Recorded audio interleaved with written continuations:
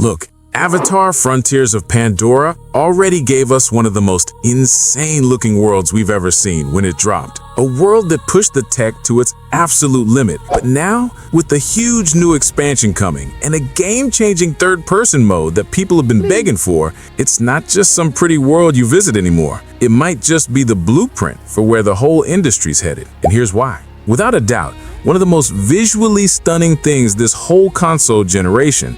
It was made by Massive Entertainment on their latest Snowdrop engine, and it's a total technical masterpiece. We're talking real-time, ray-traced global illumination that makes all the glow-in-the-dark plants pulse with this crazy, otherworldly light. It's a world where the light filters through the jungle so realistically, it almost feels like you can touch it. The PC version even has a graphics setting, literally called Unobtanium, because it's built to make even the most monster PCs sweat. But pretty graphics aren't enough, you know? We've all been burned by that before. And I know what a lot of you were thinking when this game first came out. It's just Far Cry with blue people.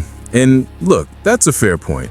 Ubisoft has a formula. And for a lot of us, that formula is getting really stale. The endless icons, the map that looks like a messy desktop, clearing the same outposts over and over. It's a pain point if you've sunk hundreds of hours into open world games. Frontiers of Pandora kind of tackles this head on, not by totally reinventing everything, but by changing how you interact with it all. The real trick they pulled was just being confident enough to let the world do the talking. You can actually turn off all the usual video game stuff. No minimap, no objective markers cluttering up your screen.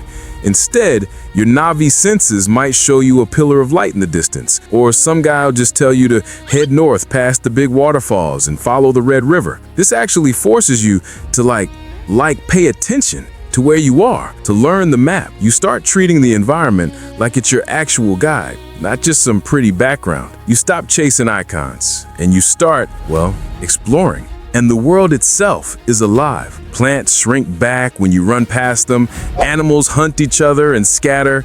Even picking up resources is this little mini game where you have to carefully pull a piece of fruit or get the best materials by grabbing them in the right weather. That's the real power of the Snowdrop engine. Not just making pretty pictures, but running all these complex systems that make Pandora feel less like a game level and more like a real place. It pushes back against that colonial gameplay loop in other games, where you just strip mine the world for parts. Here, it's about respect and quality, making you feel like you belong there, not like you own it. Now, a beautiful and immersive world doesn't mean much if getting around is a total chore. This is another spot where open world fatigue really kicks in. The endless running, the same horse animation for 80 hours, the fast travel loading screens that just pull you right out of it. Frontiers of Pandora flips this by making just moving around one of the best parts of the game. On the ground, your Navi character moves with this insane speed and grace, jumping over giant roots and climbing cliffs like it's nothing. But the real game changer is when you take off. Bonding with your own Ikran and flying it is like a core moment. It completely changes how you see the map. All that verticality, the giant floating mountains, that's your playground now, not some wall you have to climb. Soaring through the Hallelujah Mountains, dodging rocks, and then dive bombing straight into the jungle never, ever gets old. It makes you want to explore instead of feeling like it's a to-do list. And now, they've completely redefined that whole experience. With the free update that's coming on December 5th, 2025, Massive is adding a full, optional third-person mode. This is way more than just flipping the camera. It's a feature the community has wanted since day one. And to get it right, they had to rework animations, controls, you name it. For the first time, you can actually see your custom Navi in the world of Pandora. You see how tall they are, how they move, and how they connect with the animals. It creates a way stronger bond between you and your character, pulling you even deeper into that fantasy of actually being a Navi. This combo of sick traversal and a new camera directly solves that checklist problem that so many open worlds have. The journey is the whole point. You're not just zipping to the next icon on the map. You're flying through volumetric clouds that look so real, you feel like you could touch them. You're finding hidden spots because the act of getting there was just fun on its own. If you're seeing the potential here and digging this breakdown, do me a favor and hit that like button. It really helps the channel out. Okay, so a solid foundation and evolved gameplay is one thing, but what makes a game a legend, what takes it from a great game to a generation-defining one, is its future. And this is where Avatar Frontiers of Pandora is making its biggest move. This isn't a fire and forget kind of release.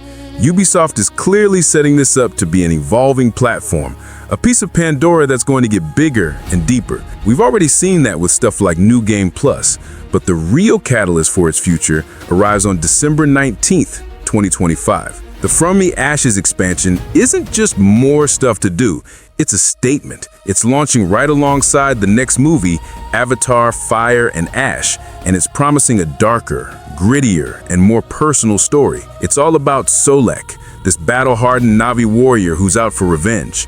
That narrative focus alone just raises the stakes. But more importantly, it introduces a wild new enemy, the Ash Clan, a group of Na'vi who've actually teamed up with the RDA. This throws a whole new dynamic into the fight, moving it past the simple Na'vi versus humans thing into a full-blown civil war for the soul of Pandora. This story is going to happen across areas we know and brand new ones.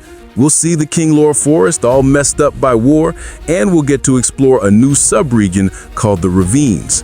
This shows a world that isn't static, but one that's getting scarred and changed by what's happening. Releasing this expansion perfectly timed with the third-person update is a huge signal of long-term commitment. It kind of mirrors the journey of games like No Man's Sky or Cyberpunk 2077, games that were totally transformed by ambitious updates that delivered on their original promise. Ubisoft isn't just selling a game, they're trying to build a world and get players to live in it for years. Remember, our character's story, a Na'vi orphan raised by the RDA, a stranger in their own homeland, is just the start. This is all canon, tied right into the bigger Avatar universe, and its next chapter is about to kick off. When we look back on this generation of games, we're going to talk about the ones that really push things forward. Avatar Frontiers of Pandora has laid all the groundwork to be right in the middle of that conversation. The insane visuals and the deeply cohesive world, all brought to life by that incredible Snowdrop engine. That was the promise of a true next-gen experience. The smooth traversal and adding a transformative third-person mode. That's the evolution of the promise, delivering on the fantasy of being Na'vi. And now, the From the Ashes expansion is the proof. It's them saying the journey on Pandora is just getting started. While other games gave us bigger maps, Avatar Frontiers of Pandora is giving us a deeper world. A world that rewards you for being curious and is set to grow in ways we're probably only just starting to see. And that is why it won't just be part of the next-gen conversation, it's going to dominate it. So what do you guys think?